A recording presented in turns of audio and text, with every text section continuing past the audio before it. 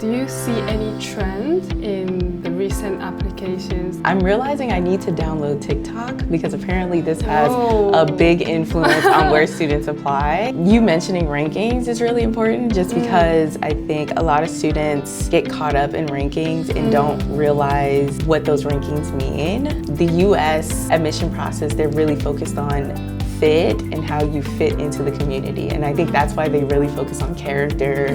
What are you doing outside of class? It's great to talk about this difference between the US and the UK. Our students are happy and they're enjoying themselves and they like school and they're still getting into good schools. EF のオフィスに来ています。2ヶ月前ぐらいにオフィスを移転されて、もっとすごい豪華なオフィスになったみたいなので、ちょっと挨拶も兼ねて今日は伺いたいと思います。で、パサデナ校 EF アカデミーのパサデナ校から大学進学アドバイザーの方も来ているので、ちょっと今日は対談っていう形でお話も伺っていきます。なんかもう本当にスクランブル交差点見えたりとか、セラビもそこにありますし、山手線走ってたりとか新宿まで見えるので、すごい、なかなかないロケーション。セラビよりさらに高いですね。セラビ全部丸見えですね。すごい。そうなんです。結構アイコニックな、オフィスで、渋谷駅からも直結なので。そうですよね。もうここがなんかもうアジアのハブみたいな。アジアのハブです。そう。ハブにふさわしいですね。もう。そうですね。今日天気もすごい。ちょっと富士山本当は向こう側に見えるんですけど、今日見えない。もやがかかっちゃってるんで。はい。まあこんな感じで。でちょっとご案内すると。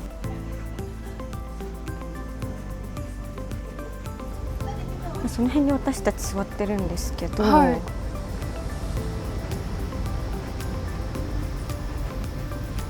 一応ここがメインエントランス。ここはなんかちょっと和みたいな要素も入ってますね。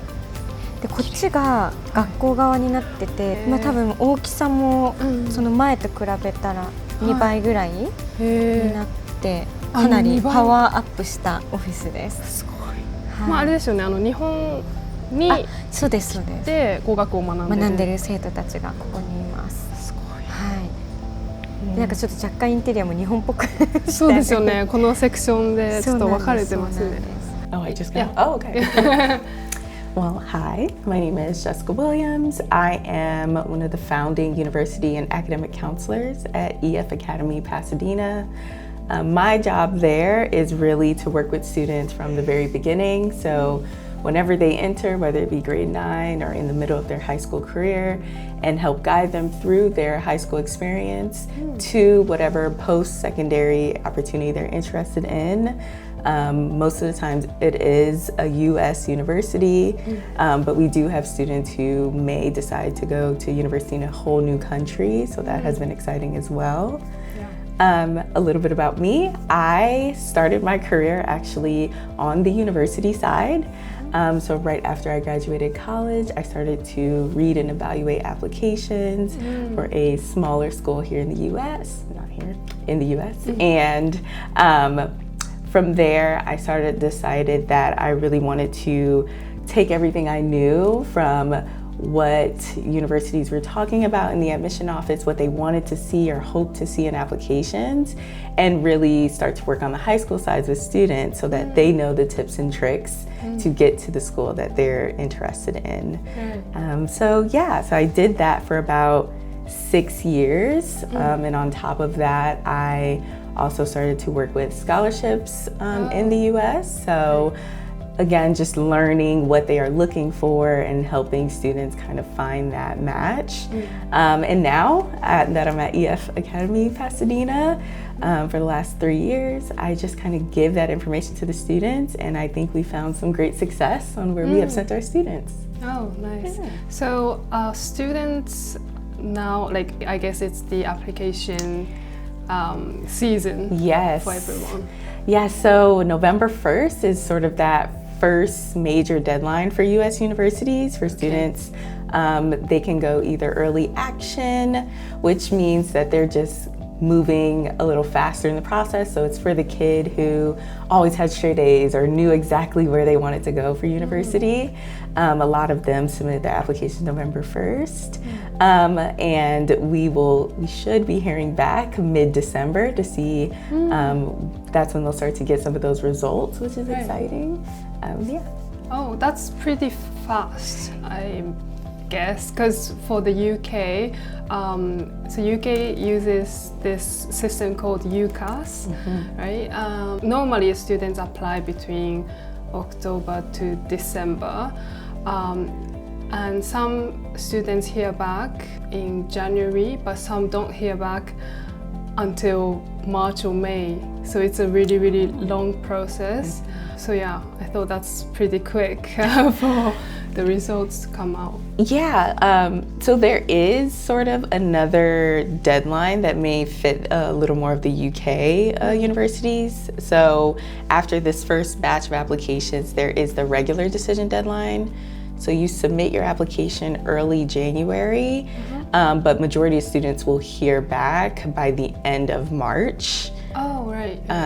Because in the US, there's sort of National Decision Day. It's not an official day, but May 1st is typically when all the students need to put in their recognition of where they're going to go. And that's when they have to make that decision and tell the other universities they got into that they will not be attending. Ah, so you have two deadlines, one in November, one in January. Yes. That's kind of similar because for the UK, the normal deadline is normally end of January. But for those who apply to Oxbridge, medicine, dentistry, veterinary sciences, they need to submit by mid-October. So that's early deadline. So we do have two deadlines as well. Yeah. So about the number of universities students can apply, is there a limit of numbers they can apply? So no, there isn't a limit. Some students will hear that and say, well, I'm gonna apply everywhere. We try to discourage that just because, you know, the stress of having to maintain so many different portals and wait to hear back from so many places. The rule of thumb is the common application that most US universities are on. The limit for that application is 20 schools.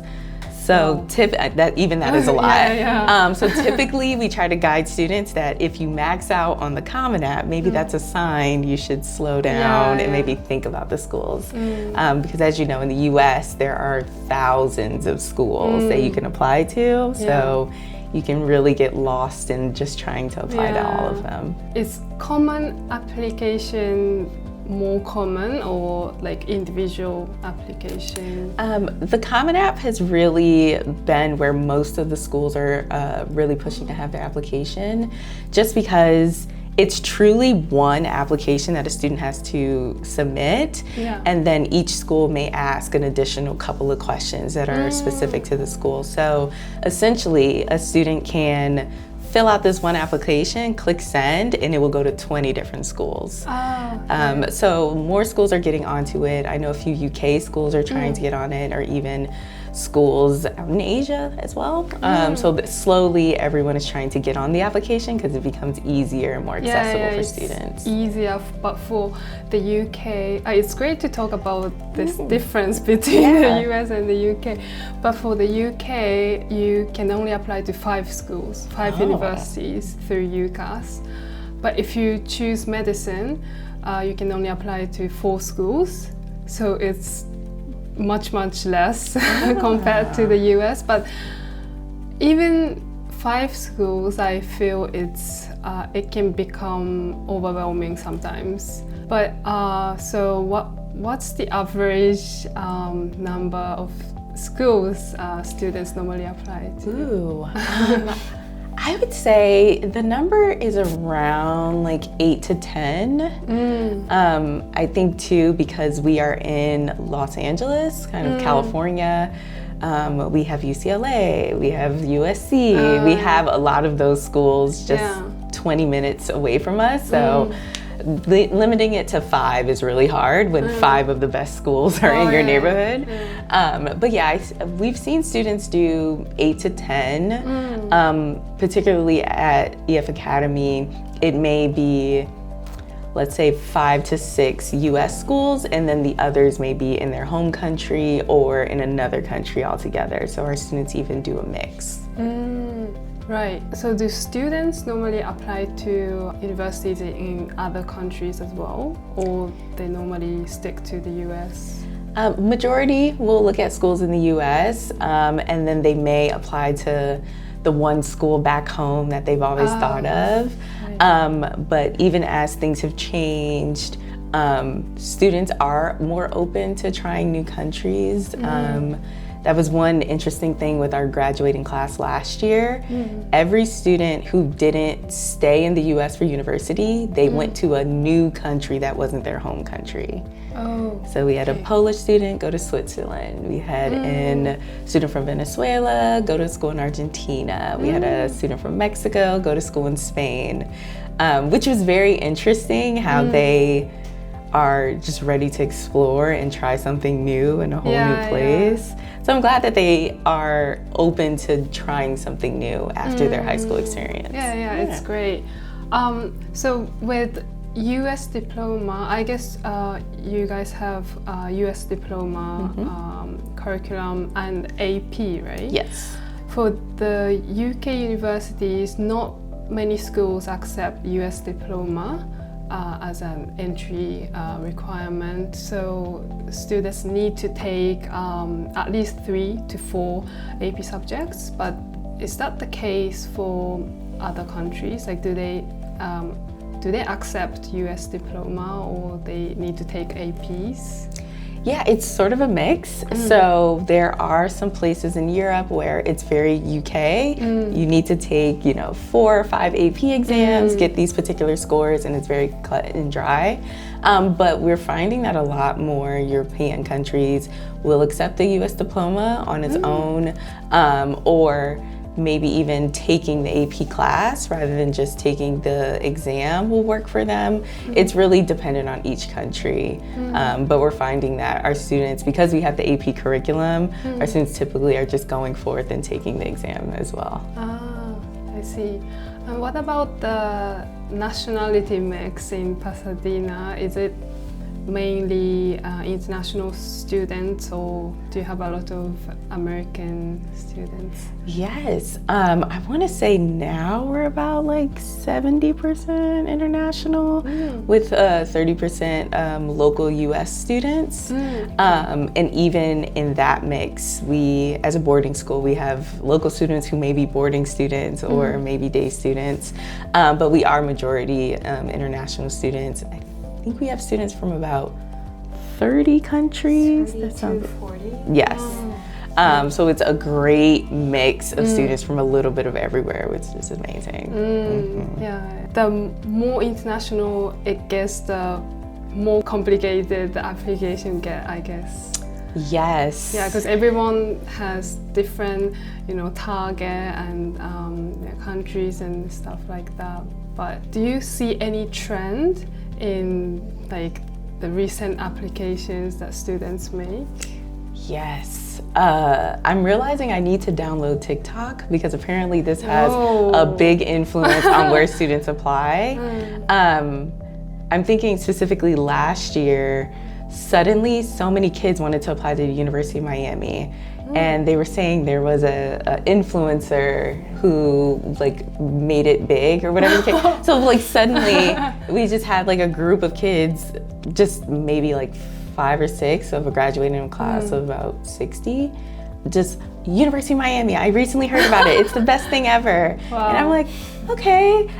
So sometimes I notice that like even with like sports and championships, if a certain college is winning basketball that year, it'll be on the student's mind and they'll be like, I want to do some research on that school. And then they might realize they like it. So whenever there's just a school that randomly comes up and suddenly shows up on everyone's list, I'm thinking it has to be social media or sports. Right. But I think that's really cool because it forces kids to research a school they may have never heard of. Yeah. And suddenly they realize like, oh, this might actually work for me, or this may be what I was looking for and didn't know. So it's very interesting. But yeah, it's usually social media or a sports championship, and all of a sudden everyone wants to like go to Nebraska for some reason. Oh, yeah. wow. Nebraska. So marketing is very important. Yes, it really is. It's interesting, but I like that students are in many ways being influenced in the right way, and they're thinking of maybe the successful people they see and how that may have happened through whatever college they chose or whatever the case may be. So I'm with it. I like that they're doing the research, but it's always interesting to hear what is happening in the social media world. It's very Gen Z. Yes, 100%. Yeah, but it's great because it's not all about universities' rankings, right? Like you should really look at what you want to learn in the 3 or like 4 years course, right? So yeah, I think it's a great trend. Yeah, it's really cool. So I think you mentioning rankings is really important, just because I think a lot of students get caught up in rankings and don't realize what those rankings mean. Like sometimes I will poke fun at a student of like, oh, I want to go to this school because it's top ranked, and I'm like, well, this school has the best vegan food. It's top ranked. Apply. And they're like, no, you know what I mean. But I genuinely, and just us as a team at EF Academy, we're really focused on where will you be happy? Where will you thrive? Where will you actually, study what you want? Where will you get the support? I think a lot of places are really focused on getting you into the school with a big name, which is great, but our team really focuses on making sure that when you leave us, that we're sending you to a place that will also support you, that you will also graduate from, and that you will be successful at. And sometimes, what you think you want and what, the places that you've thrived don't really mix. A lot of students, they've gone to small schools where you talk to the teacher like this every day, and then they want to go to UCLA but don't realize there's 30,000 kids there, and that you won't be able to talk to your professor like this. Or, if you miss a homework assignment, no one's gonna say, hey, did you do this? You're gonna be a number. And for some students, that's perfect. That works for them. They're self-sufficient. But there are other students where if they don't have that extra care from the adults, they may not make it to graduation. So we really kind of allow students to sit and think and just be like, where do you want to live? What kind of community do you want to be a part of? If you want to study marine biology, you should probably go to a school where the beach is nearby versus a fancy school in the Northeast with a nice name. It doesn't really match with your dreams and aspirations. So we just really get students to think about where are the spaces that you think you'll thrive? What do you want to do? What do you care about? And then we find the school that match that. Versus I think a lot of times schools will ask students, what's your dream school? And then try to fit them into that. But it doesn't always work that way. There's tons of great schools everywhere. I would say my job is mostly just showing kids what's out there. Yeah, I totally agree. So for the US universities, it's said that extracurricular activities are super important.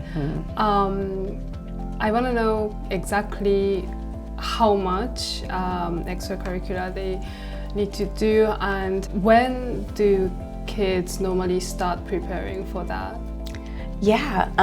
So I would say in recent years, especially when US schools started to waive the SAT and ACT, that's when we started to see other components of the application, like extracurricular activities, become a lot more important. What we're seeing is that universities want to know, who are you outside of the classroom?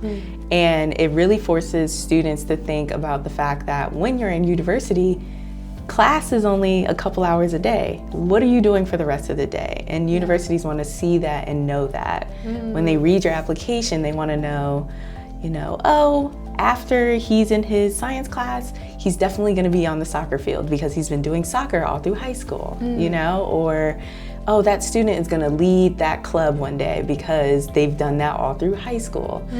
So for the university, seeing those extracurriculars just helps them understand who are you when the bell rings and class is over? What are you doing on our campus? Are you contributing in a good way? Are you helping people? Are you solving problems?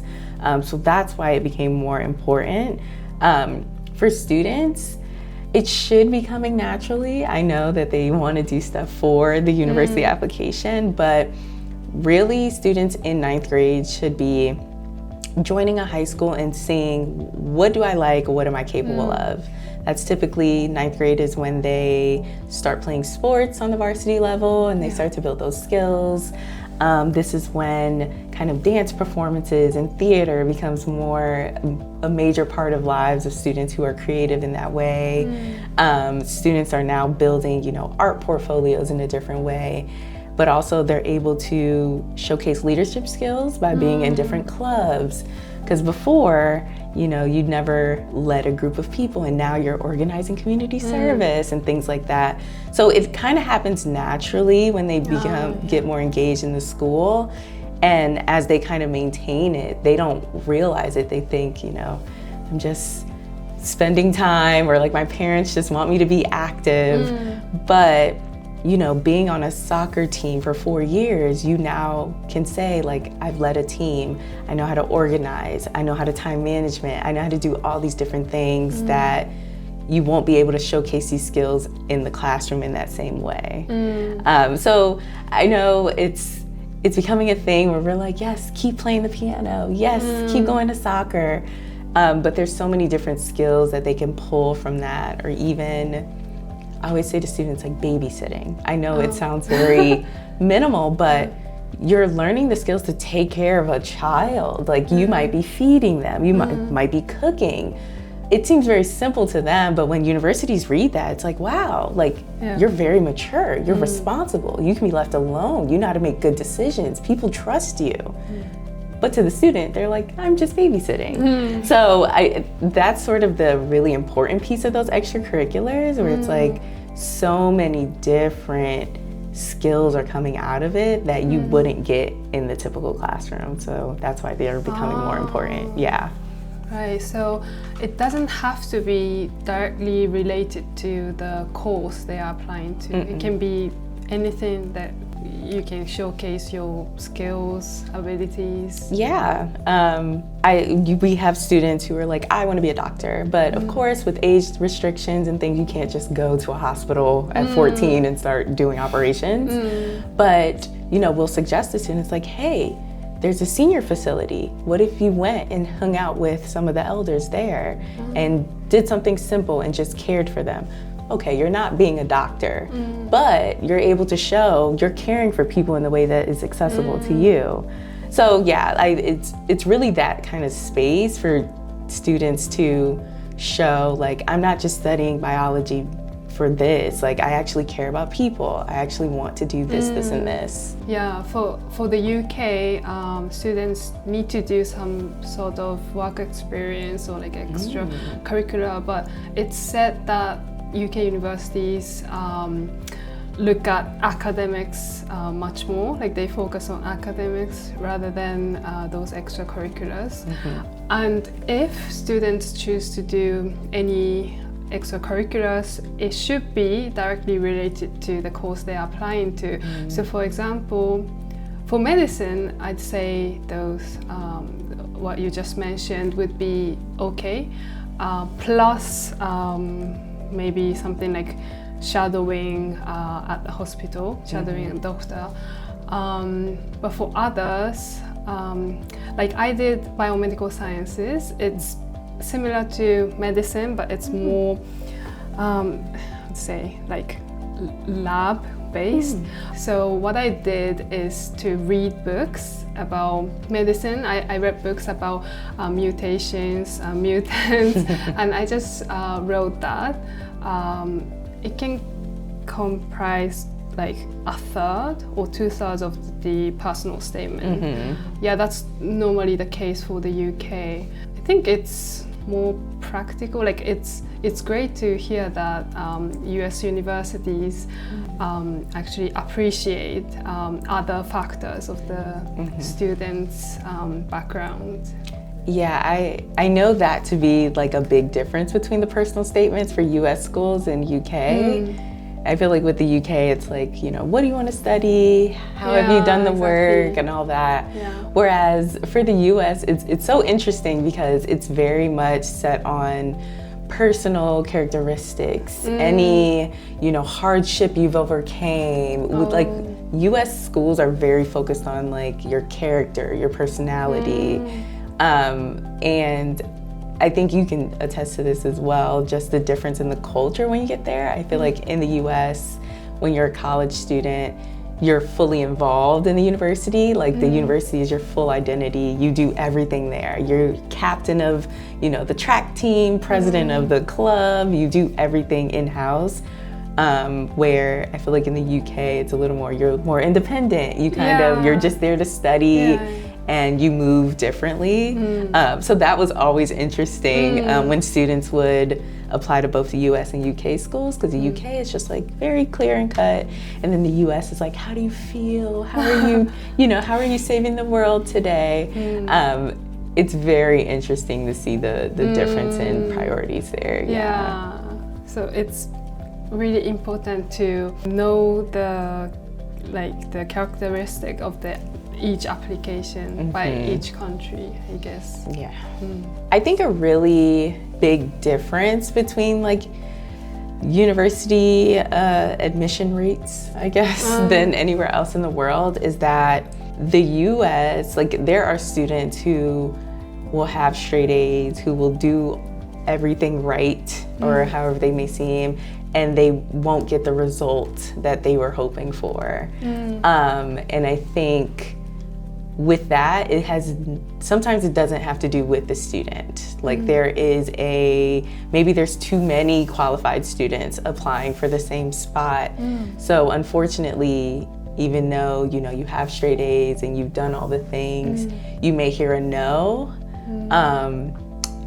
And I feel like that doesn't happen in the same way in other countries when you apply to university.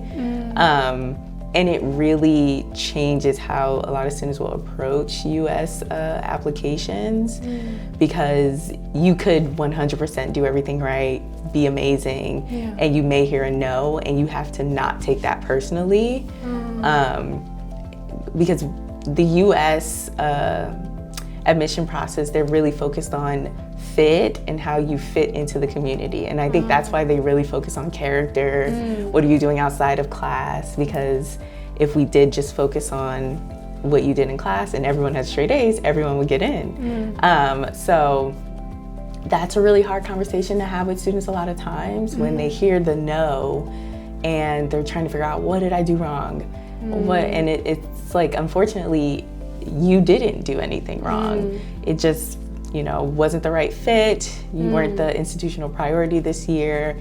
And that sucks because a lot of students just feel like this is my one shot, my one chance to apply, and they said no, and they take it personally. So I would say that's the toughest part of the US admission process, is that I feel like in the UK, if you get the AP scores, you're good. Versus the US, there is no real like answer as to what do I need to do to get into this school.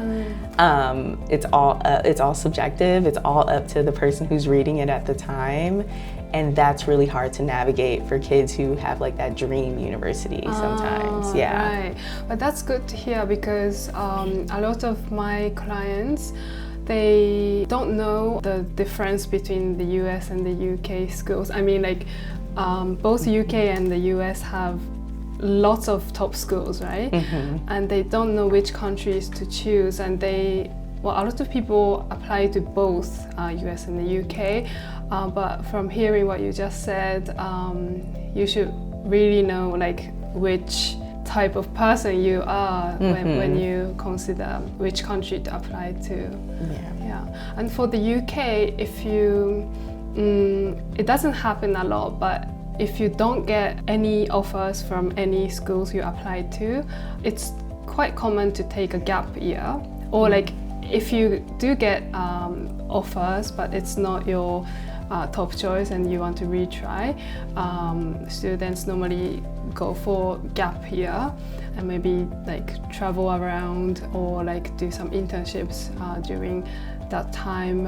Is it common to take a gap year for the US? It's not. It's becoming slightly more popular, but it's really not. And now that you've said that, I think maybe that's why our students cast a wider net and apply to more schools, because taking that year off isn't seen as much of an option in the US education system. We actually, this is terrible, but we really work to try to be done with school the fastest. So a lot of kids will want to shorten their time in school or get to college early, or, you know, I want to be a doctor at 21. So we are actively working to finish school earlier. So the idea of a gap year is like, you want to take longer? Yeah.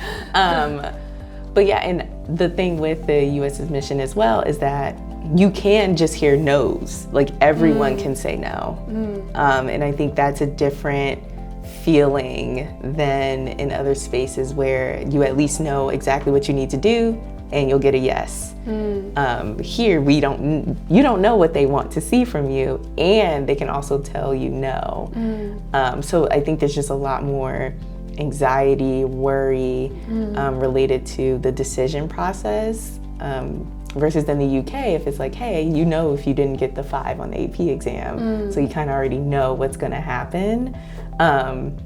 It's a full mystery when it comes to students applying to the US.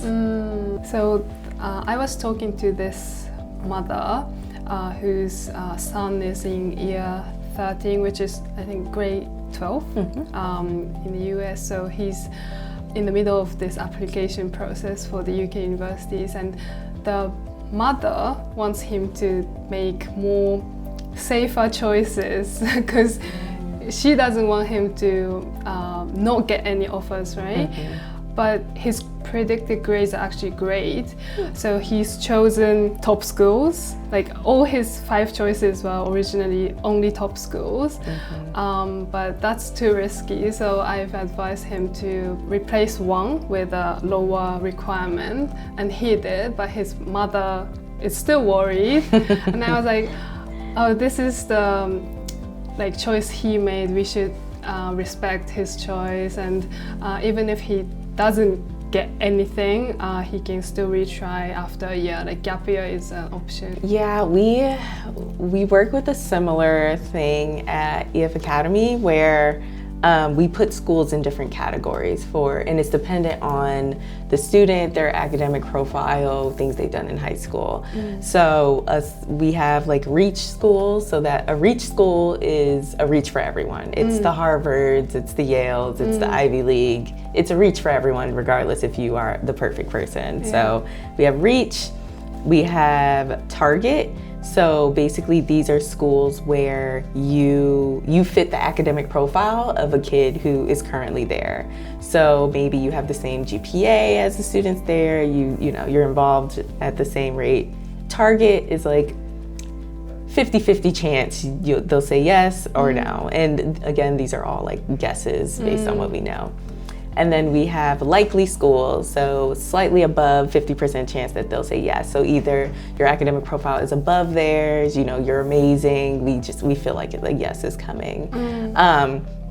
So in the same way, when students are like, I'm applying to 20 schools and it's all top 100 and all of this, we will mark each school as like reach, target, likely, and we try to get a good mix of all 3. So that way, if you have a lot of reach schools, put a couple likelies there so you at least know someone will say yes. If you have a lot of targets, we try to make sure kids aren't playing it too safe and it's like, let's reach a little bit, let's try something, like don't doubt yourself.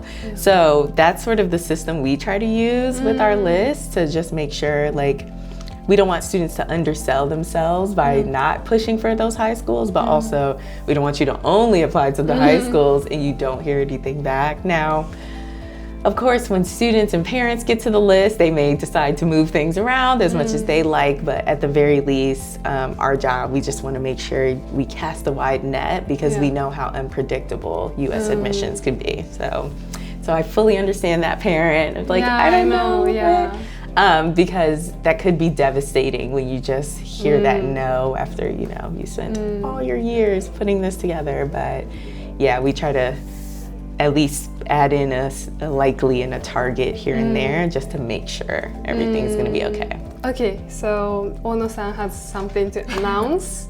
So yeah, please.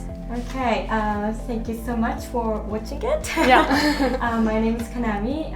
I'm from EF Academy, Japan, and we are inviting a lot of guests from each campus. It's just like Jessica from Pasadena, and every single weekend we have some events coming up. So if you're free, please feel free to join us. And on January, we're inviting head of school of EF Academy Pasadena. So it's going to be very excited. Please join us. Thank you very much. Yeah, thank you. Okay, bye. I think we really care for them and want them to grow to be the best thing. Like we, at least like my team, we're not so focused on like, get this student to the top school. We really want you, if you get into that school, like it is the right school for you. And I think we just had our first graduating class last year, and you know, we're kind of going against the grain and just like real feely and just do what you want, follow your heart. And we still got students to NYU, to Boston, like so even the just not even focusing on like you really need to be this good at academics, just allowing the kids to be themselves. They're still able to go to these top universities, which is really good to know. Like you don't have to, you know, force study hall down their throat or force them to take 100 AP classes. Our students are happy and they're enjoying themselves and they like school and they're still getting into good schools. And that's sort of the difference I've seen at EF. Like we have happy students, and I don't know too many boarding schools that can say they have happy that's so students. important. And they're still successful and they're still doing everything you expect, but they're genuinely enjoying their teenage years, so which is so good. Because they enjoyed a lot their ownership of their life itself. It's been much more stronger, I feel.